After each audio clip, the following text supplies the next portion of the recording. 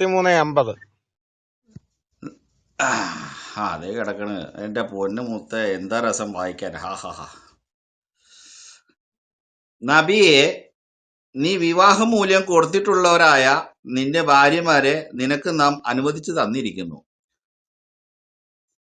അള്ളാഹു നിനക്ക് യുദ്ധത്തിൽ, ബ്രാക്കറ്റിൽ യുദ്ധത്തിൽ അധീനപ്പെടുത്തി തന്ന കൂട്ടത്തിൽ നിന്റെ വലത് കൈ ഉടമപ്പെടുത്തിയ ബ്രാക്കറ്റിൽ അടിമ സ്ത്രീകളെയും നിന്നോടൊപ്പം സ്വദേശം വിട്ടു പോന്നവരായ നിന്റെ പിതൃവിന്റെ പുത്രിമാർ, നിന്റെ പിതൃ സഹോദരിമാരുടെ പുത്രിമാർ, നിന്റെ അമ്മാവന്റെ പുത്രിമാർ, നിന്റെ മാതൃ സഹോദരിയുടെ പുത്രിമാർ എന്നിവരെയും ബ്രാക്കറ്റിലുണ്ട് കേട്ടോ, വിവാഹം ചെയ്യാൻ അനുവദിച്ചിരിക്കുന്നു. സത്യവിശ്വാസിനിയായ ഒരു സ്ത്രീ സ്വദേഹം നബിക്ക് ദാനം ചെയ്യുന്ന പക്ഷം നബി അവളെ വിവാഹം കഴിക്കാൻ ഉദ്ദേശിക്കുന്നെങ്കിൽ അതും ബ്രാക്കറ്റിൽ അനുവദിച്ചിരിക്കുന്നു. ഇത് വിശ്വാസികളെ കൂടാതെ നിനക്ക് മാത്രമുള്ളതാവുന്നു. പ്രത്യേകിച്ച് മൻസൂറിനുണ്ട് ഉദ്ദേശമാണ്. അവരുടെ ഭാര്യമാരുടെയും അവരുടെ വലതു കൈകൾ ഉടമപ്പെടുത്തിയവരുടെയും കാര്യത്തിൽ നാം നിയമമായി നിശ്ചയിച്ചിട്ടുള്ളത് നമുക്കറിയാം. നിനക്ക് യാതൊരു വിഷമവും ഉണ്ടാവാതിരിക്കാൻ വേണ്ടി അത്രേ ഇത്. അള്ളാഹു ഏറെ പൊറുക്കുന്നവനും കരുണാനിധിയും ജലളിതമാകുന്നു. അതില് എന്താ രസം എന്നറിയോ ജോസഫ്? വായിക്കാന്ന് മൂട്ടി ഒരു രസമുണ്ട് അതില്. അത് നിങ്ങൾ ജോസഫെ ഒന്ന് മൂട്ടി. അതിൽ ബ്രാക്കറ്റിൽ എഴുതിയിരിക്കുന്നൊന്നും ഖുർആനിലുള്ളതല്ല. അതായത് അടിമ സ്ത്രീകളെയും ശരീരദാനം ചെയ്യാൻ വന്നവരെയും പിതൃവ്യൻ എന്ന് പറഞ്ഞാൽ പിതാവിന്റെ സഹോദരൻ, മാതൃ സഹോദരി പുത്രിമാര്, മാതാവിന്റെ സഹോദരന്റെ പുത്രിമാര്, പിതാവിന്റെ സഹോദരി പുത്രിമാര്, ഇവരെയൊക്കെ നിനക്ക് അനുവദിച്ചു തന്നിരിക്കുന്നു എന്നാ. പക്ഷെ പരിഭാഷകൻ വെള്ളം ചേർത്തിട്ട് അള്ളാനെ മുഹമ്മദിനെ രക്ഷിച്ചിരിക്കുന്നതാണ് വിവാഹം ചെയ്യാനെന്ന് ബ്രാക്കറ്റിലിട്ട്. വിവാഹം ചെയ്യാൻ ഖുർആനിൽ പറയുന്നില്ല. മുഹമ്മദിനെ ആദ്യം തന്നെ പറയുന്നുണ്ട് നിന്റെ ഭാര്യമാരും നിന്റെ അടിമ സ്ത്രീകളും. അതിനുശേഷം നിന്റെ ഭാര്യമാരെന്ന് പറഞ്ഞപ്പോ ആരാ? അവരാണ് വിവാഹം ചെയ്ത സ്ത്രീകൾ. മുഹമ്മദിന്റെ എടുത്തു പറയുന്നുണ്ട് നിന്റെ ഭാര്യമാരും നിന്റെ വലത് കൈ ഉടമപ്പെടുത്തുക എന്ന് പറഞ്ഞാൽ അടിമ സ്ത്രീകളെയാണ് വലത് കൈ ഉടമപ്പെടുത്തുക എന്ന് ഖുർആൻ പറയുന്നത്. അടിമ സ്ത്രീകളെ നിനക്ക് അനുവദിച്ചു തന്നിരിക്കും. കൂടാതെ പിന്നെ അതുകൂടാതെയാണ് പറയുന്നത് പിതാവിന്റെ സഹോദര പുത്രിമാർ, മാതാവിന്റെ സഹോദരി പുത്രിമാർ, പിന്നെ സ്വദേശം വെടിഞ്ഞ് നിന്റെ കൂടെ വന്നവരുടെ ബന്ധുക്കളുടെ ബന്ധുക്കളായ സ്ത്രീകൾ, പിന്നെ നിനക്ക് ശരീരദാനം ചെയ്യാൻ നിനക്ക് നീ ആഗ്രഹിക്കുന്ന സ്ത്രീകളും അവരെ നിനക്ക് അനുവദിച്ചു തന്നിരിക്കുന്നു. വിവാഹം ചെയ്യാനെന്ന് എഴുതിയിരിക്കുന്ന ബ്രാക്കറ്റിൽ പരിഭാഷകനാണ് എഴുതിയിരിക്കുന്നത്. അല്ല പറഞ്ഞിട്ടില്ല. അല്ല മുഹമ്മദിനോട് ഇവരെ ഒന്നും വിവാഹം ചെയ്യാൻ പറഞ്ഞ പരിഭാഷകനാണ് വിവാഹം ചെയ്യാനെന്ന് കൊടുത്തിരിക്കുന്നത് കേട്ടോ. അതെപ്പോഴും ഓർത്തിരിക്കുക. ഈ ബ്രാക്കറ്റ് നിങ്ങൾ ഖുർആൻ വായിക്കുമ്പോൾ, ഖുർആൻ തഫ്സീർ വായിക്കുമ്പോൾ അതിനകത്ത് ഒരുപാട് ബ്രാക്കറ്റുകൾ കാണും. ഈ ബ്രാക്കറ്റുകളൊക്കെ തഫ്സീറുകാരൻ, അതായത് പരിഭാഷ എഴുതുന്നവൻ അള്ളാനെ മുഹമ്മദിനെ രക്ഷിക്കാൻ വേണ്ടി അവൻ അവന്റെ കയ്യിൽ നിന്നിടുന്നതാണ് കേട്ടോ. അല്ലാതെ അത് ഖുർആനിലുള്ളതല്ല. അതെപ്പോഴും നിങ്ങൾ ഈ ഖുർആൻ ഓതുന്നവരെപ്പോഴും മനസ്സിലാക്കേണ്ട ഒരു കാര്യമാണ്. ഓക്കെ. അല്ല, ഇത്രയും സുഖം കിട്ടിക്കഴിഞ്ഞാൽ പിന്നെ വേറെ വല്ലതും നമ്മൾ അംഗീകരിക്കുവോ? അല്ല, ഈ ഒസാനോ റിലാഷും തമ്മിൽ ഒരു ഡിബേറ്റ് നടക്കുകയായിരുന്നു. ഒസാനും പോയി, റിലാഷും പോയി. ഈ ഒസാനൊക്കെ ഈ ആയത്തിലൊക്കെ വെല്ലുവിളിച്ച് കഴിഞ്ഞാൽ ആ ചങ്ങായിക്ക് എന്താ പറയാ? ഒരു മണ്ണാങ്കട്ട അറിയില്ല. എന്തായിരുന്നു ഡിബേറ്റ്? വിഷയം എന്തായിരുന്നു? ശ്രീരാമനെ കുറിച്ചിട്ട് ഒരു നല്ല കാര്യം പറയാ, ഒരു ചീത്ത കാര്യം. മുഹമ്മദ് നബിയെ കുറിച്ചിട്ട് നല്ല കാര്യം പറയാ, ഒരു ചീത്ത കാര്യം പറയാം. ഇവരായിരുന്നു ഡിബേറ്റ്. മുഹമ്മദിനെ കുറിച്ച് എന്താണ് നല്ല കാര്യം ഉള്ളത്? അത് കുറെ ചോദിക്കാൻ മേലായിരുന്നു. അതാണ് പറഞ്ഞത്, നീതിമാനും ധർമ്മിഷ്ഠനുമായിരുന്നു എന്ന് പറഞ്ഞു.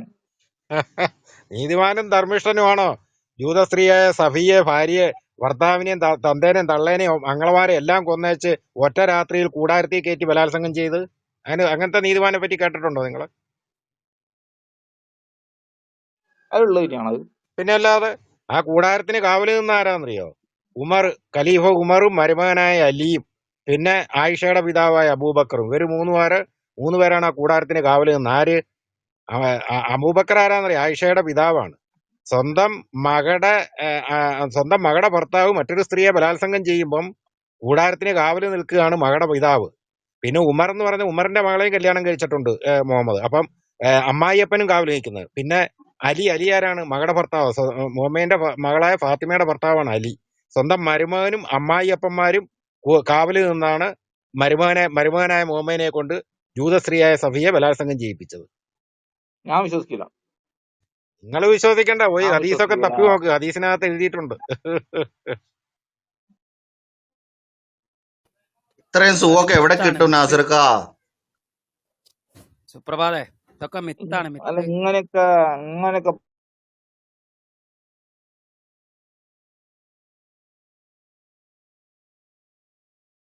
അടിമരം പോയ അൻസുറ അടിമരാ മുഹമ്മദ് ആള് കൊള്ളാം. ഈ ഇത്രയും വൃത്തികെട്ടവനായിരുന്നു. ഇസ്ലാമിക രാജ്യങ്ങൾ എടുത്താൽ മതി, അവിടെ സ്ത്രീകൾക്ക് എത്രമാത്രം വില കൊടുക്കുന്നുണ്ടെന്നുള്ളതും ഈ നിയമങ്ങൾ അവിടെ പുരുഷാധിപത്യം അതുമൂലം സ്ത്രീകൾ അവിടെ അനുഭവിക്കണം എന്താണെന്ന് മാത്രം ഉദാഹരണം എടുത്താൽ മതി. അവരുടെ വായ തുറക്കാനോ അവർ പൊതു അല്ല രംഗത്തേക്ക് വരാനോ നിങ്ങൾ ഒരു കാര്യം കഴിയില്ല. ജോസഫ് ഒരു ദിവസം നിങ്ങൾ ഒരു കാര്യം മാത്രം ചിന്തിച്ചാൽ മതി. ഏതെങ്കിലും പെണ്ണിന്റെ ശരീരം മുഹമ്മദ് മോഹിച്ചാൽ ആ പെണ്ണ് മുഹമ്മദിന് ആ ശരീരം മുഹമ്മദിന് ദാനം ചെയ്യണം. ഇത് ലോകത്ത് നിങ്ങൾ എവിടെയെങ്കിലും കേട്ടിട്ടുണ്ടോ? ഇപ്പൊ നമ്മള് ശരിയാണ്, പരസ്ത്രീകളുടെ അടുത്ത് പോകുന്ന പുരുഷന്മാരുണ്ട്, ഇല്ല എന്ന് പറയുന്നില്ല. പക്ഷെ അവർ പൈസ കൊടുത്തിട്ടാണ് ചെയ്യുന്നത്. ആ സ്ത്രീകൾക്ക് അതൊരു ബിസിനസ്സാണ്. ലൈംഗിക തൊഴിലാളികൾ നമ്മുടെ നാട്ടിൽ ഇഷ്ടം പോലെ ഉണ്ട്. അവരുടെ അടുത്ത് പോകുന്ന പുരുഷന്മാരുണ്ട്, ഇഷ്ടം പോലെ ഉണ്ട്. നമ്മളിൽപ്പെട്ടവരും പോയിട്ടുണ്ടായിരിക്കാം.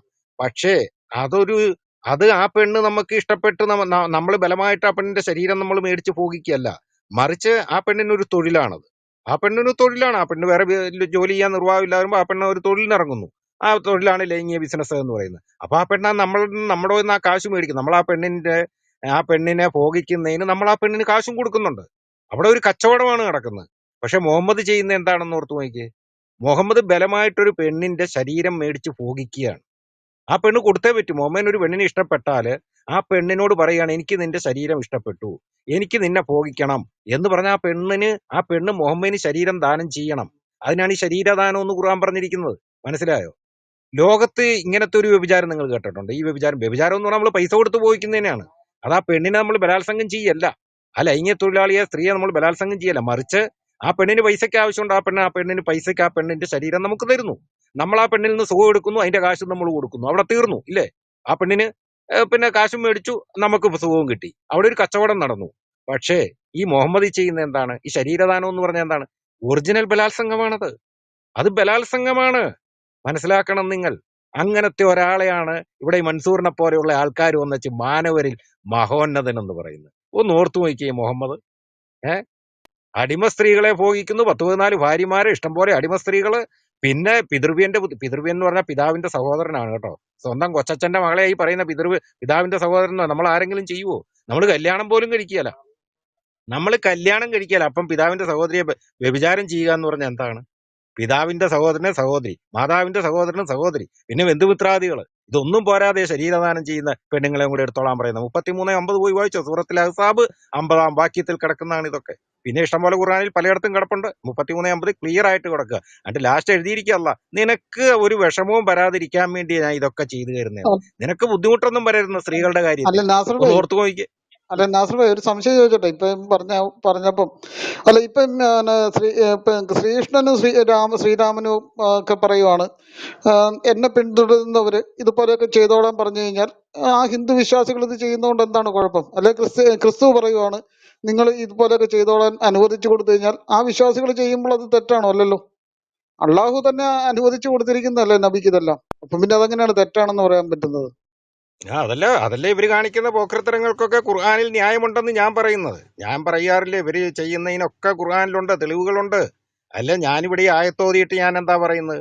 ഞാൻ ചുമ്മാ ഇവര് പറയുന്ന പോലെ, മദ്രസപ്പട്ടന്മാർ പറയുന്ന പോലെ പറഞ്ഞു പോകില്ല. ഞാൻ ആയത്തോതി ഞാൻ തെളിവ് കൊടുത്തേച്ചാണ് പറയുന്നത്.